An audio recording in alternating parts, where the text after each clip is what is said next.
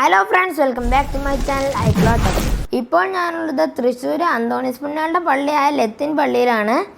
ഈ ലത്തീൻ പള്ളി സ്ഥിതി ചെയ്യുന്നത് പുത്തൻപള്ളിയുടെ അടുത്തായിട്ടാണ്.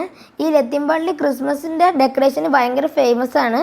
ഇപ്പോൾ നോക്കുകയാണെങ്കിൽ ഇവിടെ കുറേ ഡെക്കറേഷൻസ് ചെയ്ത് വെച്ചിട്ടുണ്ട്. ഇപ്പോൾ ബാക്കിൽ കഴിഞ്ഞ വീഡിയോയിൽ ഞാൻ കാണിച്ച ക്രിസ്മസ് ട്രീൻ്റെ അടുത്താണ് ഇപ്പോൾ ഞാൻ നിൽക്കുന്നത്.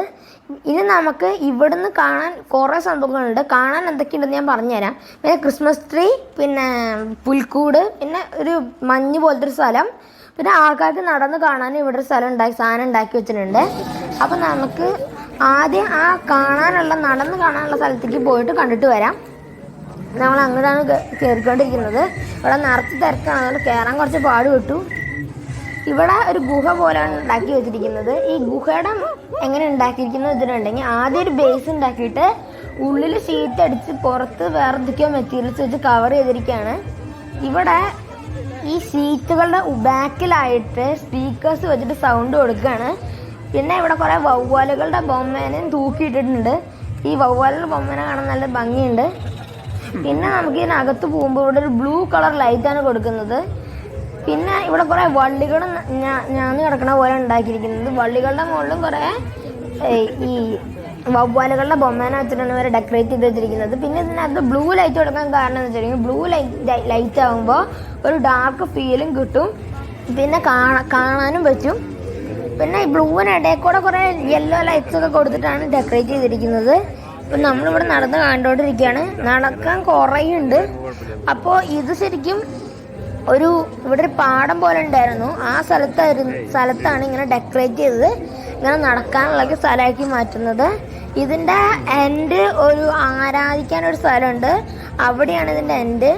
ഗുഹയുടെ അല്ല, ഈ നടന്ന് കാണാനുള്ള സ്ഥലത്തിൻ്റെ ഗുഹയുടെ എൻ്റെ ഇവിടെയാണ്, തൊട്ട് ഫ്രണ്ടിലായിട്ടാണ്. അതിന് മുമ്പായിട്ട് എനിക്ക് ഏറ്റവും ഇഷ്ടപ്പെട്ടൊരു ശില്പമാണ് ഇവർ ഉണ്ടാക്കി വെച്ചിരിക്കുന്നത്, അതായത് സിംഹത്തിൻ്റെ ശില്പം.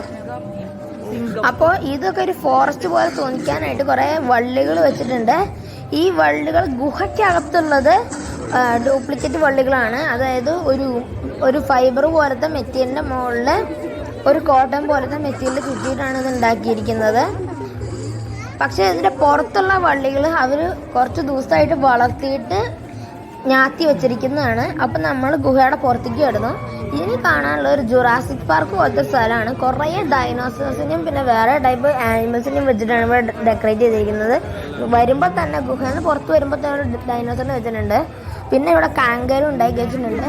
കാങ്കരു കണ്ടപ്പോൾ എനിക്ക് ആദ്യം ഓർമ്മ വന്ന അവിടെ ഓസ്ട്രേലിയയുടെ നാഷണൽ മൃഗമായത് കാങ്കരു ആണല്ലോ എന്നാണ് ഓർമ്മ വന്നത്. കാരണം കുറേ ആൾക്കാർ പറയുന്നുണ്ടായിരുന്നു ഈ ലൈറ്റിൽ ഈ പ്രതിമകളൊക്കെ ഷൈൻ ചെയ്യുന്നുണ്ട്. പിന്നെ ഇവിടെ മെയിനായിട്ട് ഇമ്പോർട്ടൻസ് കൊടുത്തിരിക്കുന്ന ഡൗവിൻ്റെ ശില്പങ്ങളാണ്. കുറേ ഡൗവിൻ്റെ ശില്പം ഉണ്ടാക്കി വെച്ചിട്ടുണ്ട്. ക്രിസ്മസ് ആയതുകൊണ്ട് ക്രിസ്മസിന് മഞ്ഞുണ്ട്. അപ്പോൾ ഈ ഡൗവിൻ്റെ മേത്തുള്ള കളർ വൈറ്റ്, നല്ല തൂവെള്ളം എന്നൊക്കെ പറയും. അത് സ്നോ ആയിട്ട് സാമ്യത ഉള്ളതുകൊണ്ടായിരിക്കും കൂടുതലും ഡൗവിനെ വെച്ചിട്ടുണ്ടാവുക. പിന്നെ ഇവിടെ ഒരു മതിൽ പോലെ വെച്ചിട്ടുണ്ട്. ഇതിൻ്റെ ബാക്കിലായിട്ട് പോകുമ്പോൾ നേരത്തെ കണ്ടത് തന്നെ വീണ്ടും കാണാണ്ടിരിക്കാനുള്ള മറ പോലെയാണ് വെച്ചിരിക്കുന്നത്. ഇതിൻ്റെ സൈഡിലുള്ള വൃക്ഷങ്ങളും ചെടികളും ഒന്നും ഡ്യൂപ്ലിക്കേറ്റ് അല്ല, ഇത് ഇവിടെ തന്നെ വളർത്തുന്നതാണ്. അപ്പോൾ ഇവിടെ ഒരു ചെറിയൊരു ആരാധനാലയം പോലത്തെ സ്ഥലത്തുണ്ട്. അതിൻ്റെ സൈഡിലാണ് ഇത് കണ്ടിരിക്കുന്നത്. ഇത്ര കാലം ഇത് ഓപ്പൺ ആയിരുന്നില്ല, ഇപ്പോൾ ഇത് ഓപ്പൺ ആണ്. പിന്നെ അവിടെ പുലിയുടെ ഒരു ശില്പം ഉണ്ടാക്കി വെച്ചിട്ടുണ്ട്. ഇപ്പോൾ നിങ്ങൾ ഈ മരം പോലത്തെ സ്ഥലത്തിൻ്റെ മുകളിലായിട്ട് കാണുന്നത് ഒന്നും ഡ്യൂപ്ലിക്കേറ്റ് ആയിട്ടുള്ള വള്ളികളല്ല, ശരിക്കുള്ള വള്ളികളാണ്. പിന്നെ ഇവിടെ കുറേ ഡൗകൾ ഉണ്ടാക്കി വെച്ചിട്ടുണ്ട്. ഇതാണ് ഞാൻ പറഞ്ഞത് ശരിക്കുള്ള വള്ളികൾ. ഇവിടെ മേലെ നോക്കുകയാണെങ്കിൽ ഒരുമാതിരി കെട്ടിയിട്ടുള്ള ഒരു ഡ്രാഗൺ പോലെ ഉണ്ടാക്കിയിട്ടുണ്ട്. ഇവിടെ വലിയ ടൈപ്പിലുള്ള മഷ്റൂംസും വെച്ചിട്ടുണ്ട്. ഈ മഷ്റൂംസ് ഒരുമാതിരി സ്റ്റാച്ചു പോലെ ഉണ്ടാക്കിയിരിക്കുന്നത്. പക്ഷെ അതിൻ്റെ മുകളിലൊരു ഷീറ്റ് ഇട്ടിട്ട് ഒരു ബ്ലാക്ക് വയലറ്റ് കളർ വെച്ച് പെയിൻറ് ചെയ്തിരിക്കുകയാണ്. പിന്നെ ഇവിടെ ഒരു ഡൈനോസറിൻ്റെ ശില്പം ഉണ്ടാക്കി വെച്ചിട്ടുണ്ട്. പിന്നെ ഇവിടെ കുറേ ഡവ് ഉണ്ടാക്കി വെച്ചിട്ടുണ്ട്. നമുക്ക് ബാക്കിയുള്ള കാഴ്ചകളിലേക്ക് പോവാം. പിന്നെ ഈ മരങ്ങളുടെ മുകളിലായിട്ട് ഒരു ചെറിയ യെല്ലോയിഷ് ഷെയ്ഡ് കൊടുക്കാനായിട്ട് കുറച്ച് പെയിൻ്റ് അടിച്ചിട്ടുണ്ട്. പിന്നെ ഇവിടെ നോക്കുകയാണെങ്കിൽ ഒരു വെറൈറ്റി ടൈപ്പായിട്ടുള്ള ദിനോസറിൻ്റെ ശില്പം ഉണ്ടാക്കിയിട്ടുണ്ട്. ഒരു ദിനോസറിൻ്റെ മേത്ത് മുള്ളൊക്കെ ആയിട്ടുള്ളത് പോലെ. അതിൻ്റെ തൊട്ട് സൈഡിലായിട്ട് ഒരു ക്രൊക്കഡൈലിൻ്റെ ശില്പം ഉണ്ടാക്കിയിട്ടുണ്ട്. ആ ക്രൊക്കഡൈലിന്റെ സൈഡിൽ കാണുന്ന പുല്ലൊക്കെ നാച്ചുറലാണ് ഇവിടെ ഉണ്ടാക്കുന്നതാണ്. അപ്പോൾ ഈ ക്രൊക്കഡൈലിന്റെയും പുല്ലിന്റെയും കളർ സാമ്യത ഉള്ളതുകൊണ്ട് എനിക്ക് ആദ്യം കാണാൻ പറ്റില്ല, പിന്നെയാണ് കണ്ടത്. ഇതിന്റെ സൈഡിലായിട്ട് ഒരു വടി പോലെ കെട്ടിയിട്ടുണ്ട്. അതുകൊണ്ട് നമുക്ക് ഇതിനകത്തേക്ക് കടക്കാൻ പറ്റില്ല. ഇപ്പൊ നമ്മൾ വേറൊരു ഗുഹയിലേക്ക് എത്തിയിരിക്കുകയാണ്. ഇതിന്റെ സൈഡിലായിട്ടൊരു ഓസ്ട്രിച്ചിന്റെ ഇതുണ്ടാക്കി വെച്ചിട്ടുണ്ട്, പ്രതിമ. ഈ ഗുഹ അത്ര വലുതൊന്നല്ല, നേരത്തെ കണ്ട പോലെ ചെറിയൊരു കട്ടാണ്.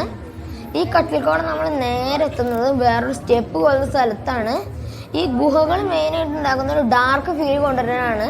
പക്ഷെ ഓരോ ഡാർക്ക് കഴിഞ്ഞിട്ടും എത്തുന്ന സ്ഥലങ്ങളിൽ ഇതുപോലത്തെ ലൈറ്റ്സ് വെക്കാറുണ്ട്. ഇവിടെ യെല്ലോ ലൈറ്റിന്റെ പ്രാധാന്യത്തിൽ ഇവിടെ കുറേ നാലുകാലികൾ, അതായത് പശുക്കൾ, കുതിര, കാള, പോത്ത് അങ്ങനത്തെ ജീവികളൊക്കെ ഇവിടെ വെക്കുന്നുണ്ട്.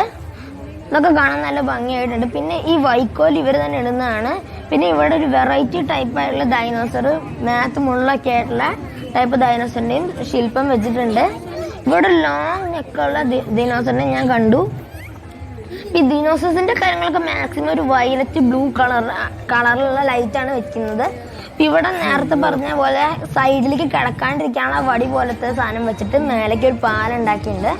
അത് കടന്നെത്തിയപ്പോഴാണ് ഞങ്ങൾ ഇങ്ങനത്തെ ഒരു സ്ഥലം കാണുന്നത്. ഇവിടെ ജിറാഫ് പിന്നെ ആട് അങ്ങനത്തെ ആനിമൽസിൻ്റെ ഒക്കെയാണ് ശില്പം ഉണ്ടാക്കി വെച്ചിരിക്കുന്നത്.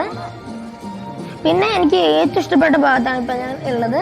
അതായത് ലൈറ്റ് മേലക്കോടെ റിങ് പോലെ വെച്ചിട്ട് അതിൻ്റെ ചുറ്റിലും വേറെ ടൈപ്പിൽ കമ്പികൾ വളർത്തി വെച്ചിട്ട് അതിനുള്ളിൽ ലൈറ്റ് ഇട്ടിട്ട് ഫ്ലവർ പോലെ ആക്കുന്ന ഒരു ഭാഗമാണ്. ഇതൊരു ലൈറ്റ് അറേഞ്ച്മെന്റ് അല്ല, ഒരു വേ പോലെയാണ് ലൈറ്റ് ഇട്ട് വെച്ചിരിക്കുന്നത്. ഇതുണ്ട് ഇവിടെ വലിയ ടൈപ്പിലുള്ള മഷ്റൂംസ് വെച്ചിട്ടുണ്ട്. ഈ മഷ്റൂംസ് ഒരുമാതിരി സ്റ്റാച്ചു പോലെ ഉണ്ടാക്കിയിരിക്കുന്നത്. പക്ഷെ അതിൻ്റെ മുകളിൽ ഒരു ഷീറ്റ് ഇട്ടിട്ട് ഒരു ബ്ലാക്ക് വയലറ്റ് കളർ വെച്ച് പെയിന്റ് ചെയ്തിരിക്കുകയാണ്. പിന്നെ ഇവിടെ ഒരു ഡൈനോസറിന്റെ ശില്പം ഉണ്ടാക്കി വെച്ചിട്ടുണ്ട്. പിന്നെ ഇവിടെ കുറേ ഡവ് ഉണ്ടാക്കി വെച്ചിട്ടുണ്ട്. നമുക്ക് ബാക്കിയുള്ള കാഴ്ചകളിലേക്ക് പോവാം. പിന്നെ ഈ മരങ്ങളുടെ മുകളിലായിട്ട് ഒരു ചെറിയ യെല്ലോയിഷ് ഷെയ്ഡ് കൊടുക്കാനായിട്ട് കുറച്ച് പെയിന്റ് അടിച്ചിട്ടുണ്ട്. പിന്നെ ഇവിടെ നോക്കുകയാണെങ്കിൽ ഒരു വെറൈറ്റി ടൈപ്പായിട്ടുള്ള ദിനോസറിന്റെ ശില്പം ഉണ്ടാക്കിയിട്ടുണ്ട്. ഒരു ദിനോസറിന്റെ മേത്ത് മുള്ളൊക്കെ ആയിട്ടുള്ളത് പോലെ. അതിന്റെ തൊട്ട് സൈഡിലായിട്ട് ഒരു ക്രൊക്കഡൈലിന്റെ ശില്പം ഉണ്ടാക്കിയിട്ടുണ്ട്. ആ ക്രൊക്കഡൈലിന്റെ സൈഡിൽ കാണുന്ന പുല്ലൊക്കെ നാച്ചുറലാണ് ഇവിടെ ഉണ്ടാക്കുന്നതാണ്. അപ്പോൾ ഈ ക്രൊക്കഡൈലിന്റെയും പുല്ലിന്റെയും കളർ സാമ്യത ഉള്ളതുകൊണ്ട് എനിക്ക് ആദ്യം കാണാൻ പറ്റില്ല, പിന്നെയാണ് കണ്ടത്. ഇതിന്റെ സൈഡിലായിട്ട് ഒരു വടി പോലെ കെട്ടിയിട്ടുണ്ട്. അതുകൊണ്ട് നമുക്ക് ഇതിനകത്തേക്ക് കടക്കാൻ പറ്റില്ല. ഇപ്പൊ നമ്മൾ വേറൊരു ഗുഹയിലേക്ക് എത്തിയിരിക്കുകയാണ്. ഇതിന്റെ സൈഡിലായിട്ടൊരു ഓസ്ട്രിച്ചിന്റെ ഇതുണ്ടാക്കി വെച്ചിട്ടുണ്ട്, പ്രതിമ. ഈ ഗുഹ അത്ര വലുതൊന്നല്ല, നേരത്തെ കണ്ട പോലെ ചെറിയൊരു കട്ടാണ്. ഈ കട്ടിൽ കൂടെ നമ്മൾ നേരെ എത്തുന്നത് വേറൊരു സ്റ്റെപ്പ് പോലത്തെ സ്ഥലത്താണ്. ഈ ഗുഹകൾ മെയിനായിട്ട് ഉണ്ടാക്കുന്ന ഒരു ഡാർക്ക് ഫീൽ കൊണ്ടുവരാനാണ്. പക്ഷെ ഓരോ ഡാർക്ക് കഴിഞ്ഞിട്ടും എത്തുന്ന സ്ഥലങ്ങളിൽ ഇതുപോലത്തെ ലൈറ്റ്സ് വെക്കാറുണ്ട്. ഇവിടെ യെല്ലോ ലൈറ്റിന്റെ പ്രാധാന്യത്തിൽ ഇവിടെ കുറേ നാലുകാലികൾ, അതായത് പശുക്കൾ, കുതിര, കാള, പോത്ത് അങ്ങനത്തെ ജീവികളൊക്കെ ഇവിടെ വെക്കുന്നുണ്ട്. ഇതൊക്കെ കാണാൻ നല്ല ഭംഗിയായിട്ടുണ്ട്. പിന്നെ ഈ വൈക്കോൽ ഇവർ തന്നെ ഇടുന്നതാണ്.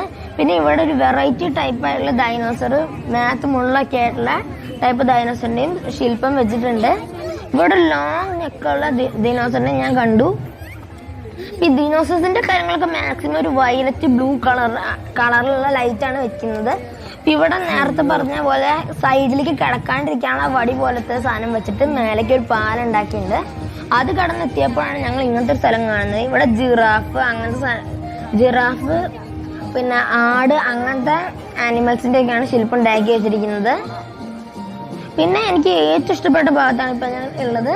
അതായത് ലൈറ്റ് മേലക്കോടെ റിങ് പോലെ വെച്ചിട്ട് അതിന്റെ ചുറ്റിലും വേറെ ടൈപ്പിൽ കമ്പികൾ വളർത്തി വെച്ചിട്ട് അതിനുള്ളിൽ ലൈറ്റ് ഇട്ടിട്ട് ഫ്ലവർ പോലെ ആക്കുന്ന ഒരു ഭാഗമാണ്. ഇതൊരു ലൈറ്റ് അറേഞ്ച്മെന്റ് അല്ല, ഒരു വേ പോലെയാണ് ലൈറ്റ് ഇട്ട് വെച്ചിരിക്കുന്നത്. ഇതൊരു ലൈറ്റിന്റെ സ്ഥലത്തേക്കുള്ള ഒരു എൻട്രി ആണ്. അതുകൊണ്ടായിരിക്കും ലൈറ്റ് വെച്ചിട്ട് എൻട്രി ഉണ്ടാക്കിയിട്ടുണ്ടാവുക. ഇവിടെയാണെങ്കിൽ കുറെ ക്രിസ്മസ് ട്രീ ഉണ്ടാക്കിയിട്ടുണ്ട്. ഇത് ഉണ്ടാക്കിയ വഴി നമുക്ക് കാണുമ്പോൾ തന്നെ മനസ്സിലാവും.